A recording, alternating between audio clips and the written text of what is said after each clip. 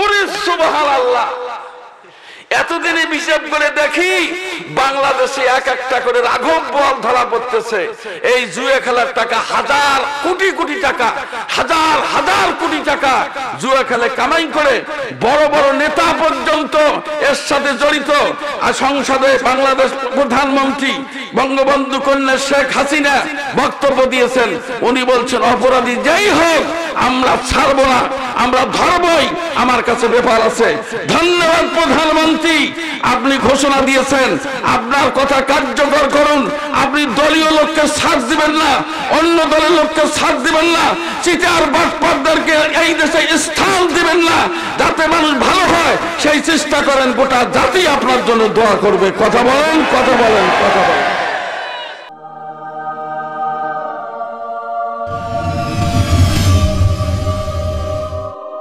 কোটি কোটি টাকা, খালি শত কোটি না, হাজার হাজার কোটি টাকা আজকে তাদের কাছ থেকে বের হচ্ছে জুয়া খেলা। ওরা কি কোরআন শরীফের শিক্ষিত লোক? কথা বলেন না কেন? শিক্ষিত লোক। আমেরিকার স্কার্ট ক্ষেপণাস্ত্র যদি কলজার মধ্যে মালা দেয়, কুলহু আল্লাহ ছুড়ে বেড়াবে না কি বলেন? না কি বলেন? জি, কি সিটের বারে। জি, ক্যাসিনো, ক্যাসিনো, এই যে ভাইয়ের মনে আছে, ক্যাসিনো, ক্যাসিনো, কি আশ্চর্য কথা। এতদিন ক্যাসিনো জীবনে খাইও নাই, এটা মাথার দেয় না, কাপড় ধোয় আমরা জানিও না। এতদিনে দেখি জুয়ের নাম দিয়ে ক্যাসিনো, ইংরেজি পর্যন্ত গোটা জাতি জানে। আমরা চাই এই চিটারদের বিচার হোক। সমস্ত অর্থ যেগুলো বিদেশে পাচার করা হয়েছে, সমস্ত পাচারকৃত অর্থ কায়দা করে বাংলাদেশে এই গরিব দেশে নিয়ে আসুন, সরকারি তহবিলে জমা করুন, গরিব দুঃখী মানুষের মধ্যে বিতরণ করুন, গরিব শূন্য হয়ে যাক। মধ্যবিত্ত আয়ের দেশ ঘোষণা করেছেন আমাদের দেশ, জন্য আসলে এর চেয়ে আরো অ্যাডভান্স করে সমস্ত টাকা জনগণের কল্যাণে ব্যবহার করা হোক। না কি বলেন আপনারা? না কি বলেন আপনারা? হ্যাঁ আমার ভাইরা, আমার আল্লাহ বলেন নবী ওয়ামাইয়াশুফ আন যিকরির রহমান নুকাইয়িদ লাহু শায়তানান ফাহুয়া লাহু করিন। আল্লাহু আকবার। জোরে জোরে হলো না, হলো না, জোরে বলেন আল্লাহু আকবার। সোনার ভাইরা, আল্লাহর বক্তব্য কি? কোরআন শরীফের কথা মনোযোগ দিয়ে শুনবে, মানবে, জান্নাতে পৌঁছবে, আল্লাহ পৌঁছায় দিবেন। আর যদি কোরআনুল কারীমের কথা থেকে মুখটা ফিরিয়ে নাও, আল্লাহ বলেন নুকাইয়িদ লাহু শায়তানান। আল্লাহর বক্তব্য হলো তোমার পরিচালনা করার জন্য আল্লাহ পাক তাকে শয়তান নিয়োগ করে দিবে। কথা ঠিক আছে? ওলামায়ে কেরাম কথা বলেন, কথা ঠিক আছে? তার মানে শয়তান নিয়োগ করলে কি করবে এই লোক? ভালো কাজ করবে? কথা বলেন, ভালো কাজ করবে? আল্লাহ বলেন ফাহুয়া লাহু কারিন। শয়তান তার বন্ধু হবে, শয়তান যেদিকে চালাবে সেই দিকে চলবে। তবে আমি একটা কথা বলি, কথাটা হয়তো কারো কারো খারাপ লাগতে পারে, তবে মহাসত্য বিষয়টি না বলে যে পারা যায় না। এর জাতি রুচি নষ্ট হয়ে গেছে। আগে ছোটকালে আমাদের জ্বর হতো, তখন খাবার ডাক্তার খাইয়ে দিত বার্লি। সিনিয়র ভাইরা কথা বলেন না কেন? এখন তো বার্লি খাইয়ে দেয় না ডাক্তার, ডাক্তারকে কষে খাও আর ওষুধ খাও। আগেকার ডাক্তার আসি খাওয়া দাওয়া বন্ধ, ও বার্লি খাও। হায় রে, আমার বাসায় 4টে ছেলে পান্তা খাইতেছে ওই ঘরে। তখন আমি ছোট মানুষ, উঠছে জ্বর। শ্রীযুক্ত বাবু ব্রজেন্দ্রনাথ দাস, উনি হলেন তার ডাক্তার, এসে বললেন কিছু খাইতে দিবেন না, ওকে একটু করে বার্লি খাওয়ান।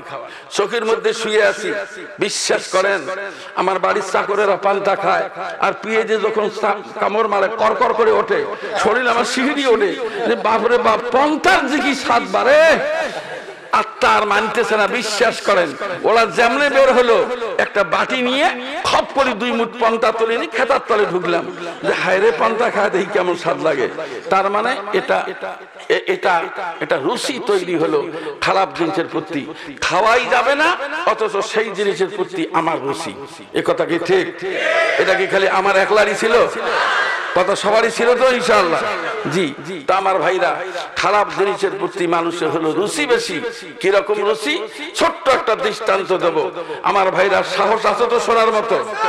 সাহস আছে তো শোনার মতো? জি আচ্ছা বলেন তো, আমাদের এই তৌহিদি জনতার দেশ, গোটা দেশ আমরা শুনেছি ঢাকা মসজিদের শহর। আমি আতাউল গনি ওসমানী মন্তব্য দেই, this is my personal idea note. আমার বক্তব্য হলো ঢাকাই শুধু মসজিদের শহর নয়, গোটা বাংলাদেশ মসজিদের শহর। 3 লক্ষের অধিক মসজিদ আমাদের বাংলাদেশে, দৈনিক 5 বার করে আল্লাহু আকবার রবে, গোটা বাংলার জমিন থরকম্পন সৃষ্টি হয়ে যায়। কিন্তু দুর্ভাগ্যের জাতির মদিনার মসজিদে রাসূল নামাজ পড়লেন। হুজ্জাজে বাইতুল্লাহ জুইফুর রহমান হজ করতে যারা গেছেন তারা মদিনার মসজিদে নামাজ পড়েছেন। আল্লাহ পাক তৌফিক দিয়েছেন, আমিও দুবার গেছি, সেখানে নামাজ পড়েছি। আমার ভাইরা, তো মদিনায় নামাজ পড়ে রাসূল ঘোষণা করলেন কি, যে যারা কোরআন শরীফের ওয়ারিস, যাদের কলিজে ঈমান আছে, তাদের প্রতি আমার দাবি, তারা এসে নাম লেখাও, সামনে একটা যুদ্ধ হবে, এই যুদ্ধে আমি সেনাপতির দায়িত্ব পালন করব। আমার সাথে কে কে যুদ্ধে যাবে তারা তার নাম লেখাও, সাধ্য মতো কিছু সাহায্য করো। কষ্ট দিতেছি, কষ্ট পেতেছেন আমার ভাইরা? ঠিক এই সময় ঘোষণাটা আওয়ালি মদিনায় চতুর্বর্ষে যখন ঘোষণা চলে গেল, এরপরে একজন মহিলা, মদিনার একজন মহিলা শুধুমাত্র 3 দিন 3 রাত পর্যন্ত শুধু কান্দে আর কান্দে। তার 6 বছর একটা ছোট্ট বালক তাকে ডাক দিয়ে বলল, আম্মা 3 দিন যায় 3 রাত যায়, তুমি খালি কান্দো আর কান্দো, পিছনে কারণটা কি? মেয়েটি বলছে, বেটারে তোমার আব্বা দুনিয়ার জমিনে বেঁচে নাই, যুদ্ধে গিয়ে তোমার আব্বা শহীদ হয়েছে, আমি একজন বিধবা মানুষ। আল্লাহর নবী বলছেন পবিত্র কোরআনুল কারিমের যারা ওয়ারিস, যাদের কলিজার মধ্যে ঈমানের বারুদ ঢুকানো আছে, তারা যেন আমার এই যুদ্ধের মধ্যে সে নামটা লেখায়। এ বেটা, আমি হলাম যাতে একজন মহিলা, আমি তো যুদ্ধে যেতে পারবো না। ওরে বেটা, একটা যুবক বেটা থাকলে তাকে আমি যুদ্ধের ময়দানে পাঠাতাম। আমার মন চায় যে আমি শহীদের স্ত্রী, শহীদের মা হই, কমপক্ষে আমি যেন একটা শহীদের, আমি যে সন্তান দিয়ে জন্মগ্রহণ দিয়েছি, আমি যেন অন্তত পক্ষে আমি যেন সেই শহীদ গাজী হিসেবে ফিরে আসা একটা গাজীর মা হই। শোনাচ্ছেন ভাইয়েরা, এই ঘোষণা যখন দিলেন, 6 বছরের ছোট্ট বালক মায়ের মুখের দিকে আস্তে করে চোখের পানি মুছায় দিয়ে বললেন, মা আল্লাহর কসম করে বললাম, তুমি যদি মনে কিছু না নাও, তুমি আমাকে নবীর কাছে পৌঁছাও, হয় আমি শহীদের মা বানাবো, আর তা না হলে কমপক্ষে গাজীর মা বানায় আমি ফেরত চলে আসবো। জোরে কোন সুবহানাল্লাহ, আল্লাহু আকবার, জোরে বলেন আল্লাহু আকবার, আল্লাহু আকবার। কারা কারা বক্তৃতা শুনবেন একটা হাত তুলে দেখান তো দেখি, লিল্লাহি তাকবীর, মাশাআল্লাহ মাশাআল্লাহ। হাত নামান। ছেলেটার বয়স কত? 6 বছর। বলে যাবে বাবা? হ্যাঁ আমি যাব, আমাকে নিয়ে চল। রাসূলের দরবারে গিয়ে দেখেন মসজিদে নববীর পাশে মানুষ লাইন ধরে দাঁড়ায় আছে, মহিলাও লাইনে দাঁড়ালেন। নবীর একজন সাহাবী নাম লিস্ট করতে করতে অগ্রসর হলেন সামনের দিকে। সেখানে গিয়ে দেখেন একজন মহিলা সাহাবিয়া ডাক দিয়ে বললেন, মহিলা সাহাবিয়া তুমি লাইনের মধ্যে দাঁড়াইছো কেন? এই যুদ্ধে কোনো মহিলা রাসূল গ্রহণ করবেন না, আর এই জায়গার মধ্যে তুমি দাঁড়িয়ে ডিস্টার্ব করছো কেন? মেয়েটা ডাক দিয়ে বলল, আমি যুদ্ধে যাব না, কিন্তু পবিত্র কোরআনুল কারীমের জন্য আমার 6 বছরের সন্তানকে আমি যুদ্ধে পাঠাবো। ধরে কোন সুবহানাল্লাহ। হেফজে কোরআন গোসেদার যায় স্বাধীন নিস্তে দুনিয়া হুসেদার। সাহাবী বললেন, না, ছোট্ট ছেলে 6 বছরের বালক আমরা গ্রহণ করব না। বলে তাই নাকি? বলে হ্যাঁ। তো এই কথা আপনি বলেন কেন? আপনি সাহাবী বলেন কেন? এই কথা রাসূল আমাকে বলুক যে মহিলাও নেব না, ছোট বাচ্চাও নেব না, রাসূল বলুক আমি ফেরত চলে যাই, আপনি বলতেছেন কেন? এমন সময় রাসূল এসে হাজির, বলছে মহিলা কি হয়েছে তোমার? বলল, ইয়া রাসূলুল্লাহ, এই যে ছেলেটি নিয়ে এসেছি আপনার কাছে দেব, রিক্রুট করবেন, নিয়োগ দিবেন, ছেলেটাকে যুদ্ধে নিয়ে যাবেন। রাসূল বললেন, মেয়েটি ছেলের বয়স কত? ছেলের বয়স 6 বছর। বলে তুমি বলো তো, এই ছেলে কি ঘোড়া চালাইতে পারে? বলে না। অস্ত্র চালাইতে পারে? বলে না। তীর চালাইতে পারে? বলে না। তাহলে তুমি বলো, এই বাচ্চা ছেলেটাকে দিয়ে আমি কি করব? আমার ভাইরা, নবীজির মহিলা সাহাবিয়া কাঁদতে কাঁদতে বলছেন, নবী গো, আমি শহীদের মা হতে চাই, আমি একজন মুজাহিদের মা হতে চাই, এই জন্য সন্তান ডাললাম। আল্লাহ নবী, আমার সন্তানটা আপনি মেহেরবানি করে গ্রহণ করেন, যুদ্ধের ময়দানে নিয়ে যান।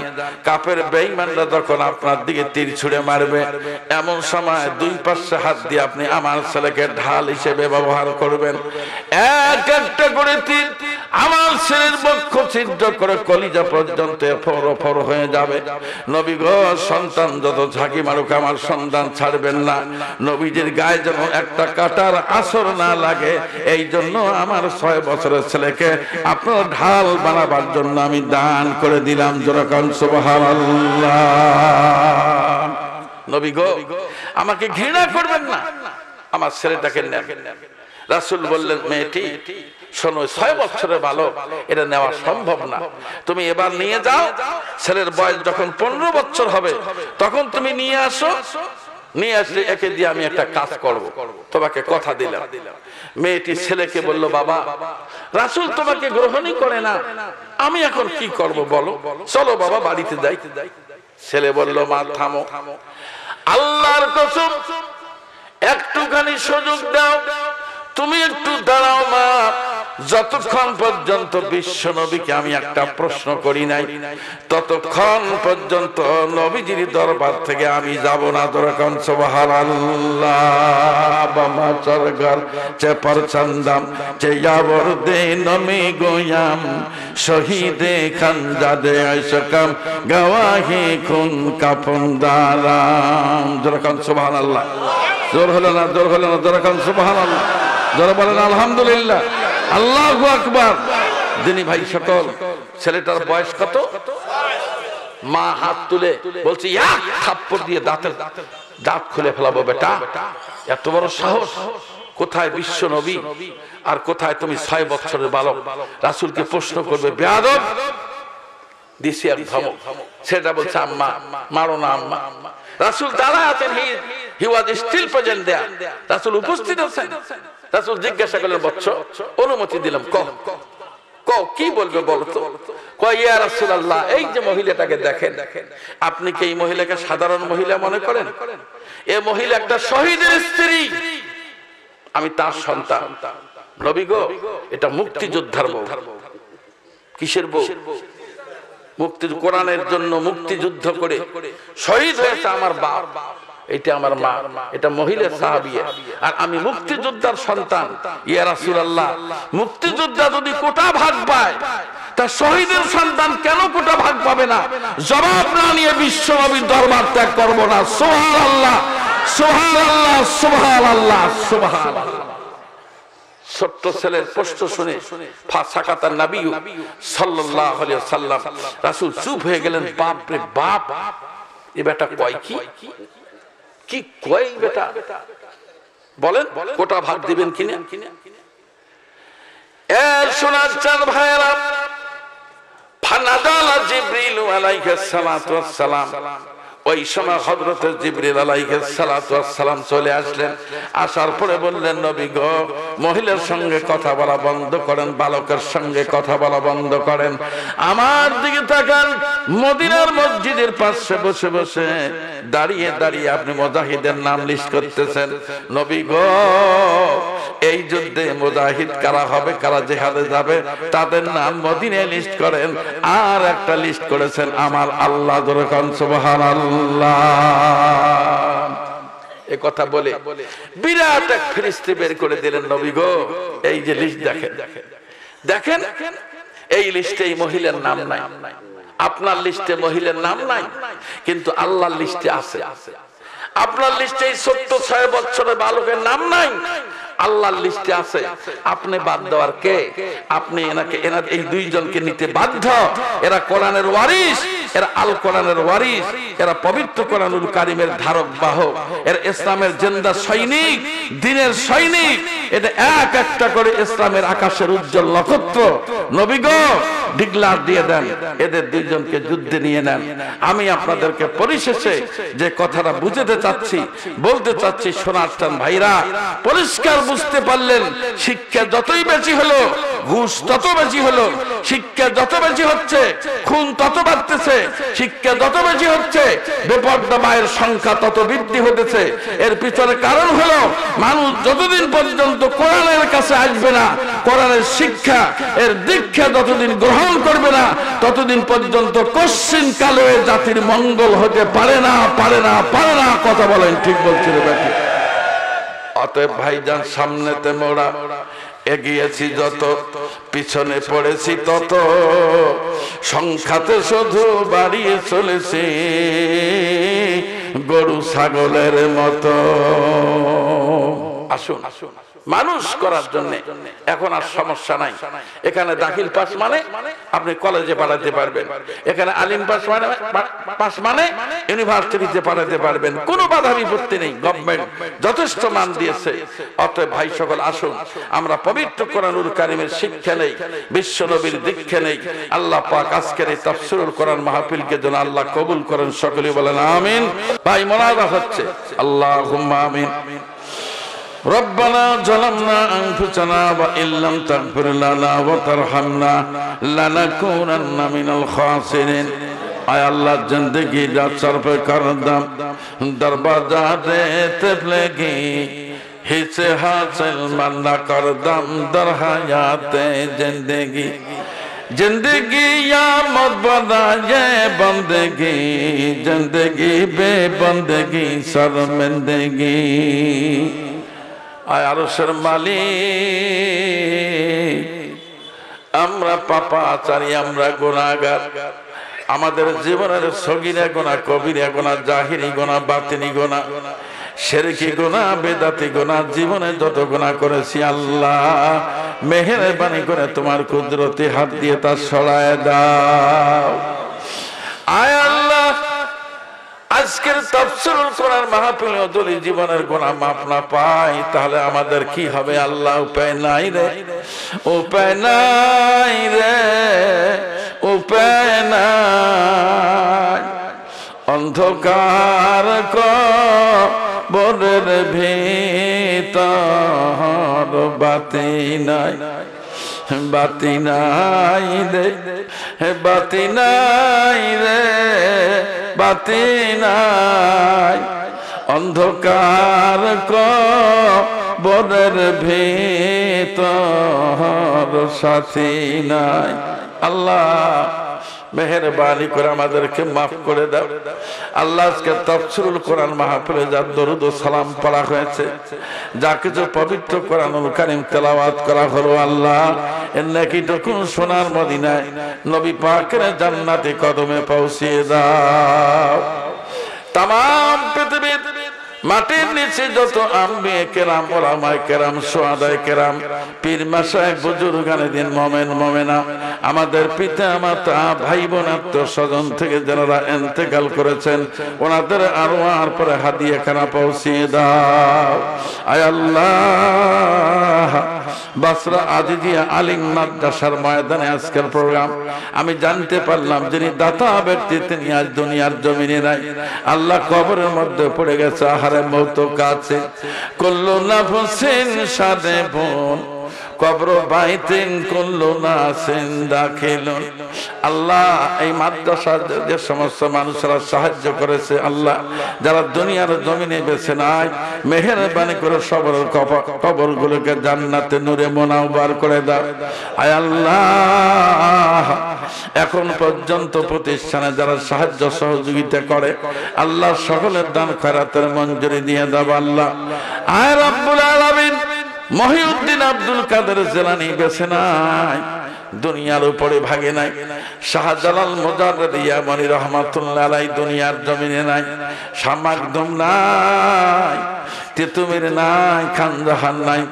আল্লাহ মেহেরবানি করে আবার এই প্রতিষ্ঠান থেকে শাহ মাকদুম তেতুমির খানজাহান বের করে দাও আল্লাহ। বগুড়ার শাহ সুলতান মাহি বলকি মাহি সবার দুনিয়ার জমিনে নাই, আবার তুমি এই প্রতিষ্ঠান থেকে এর মতো মানুষ বের করে দাও। ইমাম বুখারী ইমাম তিরমিজির মতো মানুষ বের করে দাও আল্লাহ। আয় আল্লাহ, বাসরা আজিজ আলিম মাদ্রাসার মধ্যে যে সমস্ত তোলাবা পড়াশোনা করে ইমাম বুখারীর মতো মেধা দিয়ে দাও। আয় আল্লাহ, উস্তাদগণ যারা 10 দেন, মেহেরবানি করে ওনাদের কুওয়াতে হাফেজা, মেহেরবানি করে ইলমিয়াতকে শান ও শওকত জিয়াদা করে দাও আল্লাহ। আল্লাহ প্রতিষ্ঠানটিকে তোমার শাহী দরবারে মঞ্জুর করে নাও। আয় রাব্বুল আলামিন, আসমানি বালা, জসমানি বালা, রুহানি বালা, জমিনি বালা, সার্বিক বালা মুসিবত থেকে তুমি আমাদেরকে হেফাজত করো আল্লাহ। আল্লাহুম্মা নাব্বির কুলুবানা বিল কুরআন ওয়া জায়্যিন আখলাকানা বিল কুরআন ওয়া নাজ্জিনা মিনান নারি বিল কুরআন ওয়া আদখিলনা ফিল জান্নাতি বিল কুরআন। সাল্লাল্লাহু তাআলা আলা খায়রি খালকিহি মুহাম্মাদিন ওয়া আলিহি ওয়া সাহবিহি আজমাইন। আমিন আমিন বিরহমাতিকা ইয়া আরহামার রাহিমিন।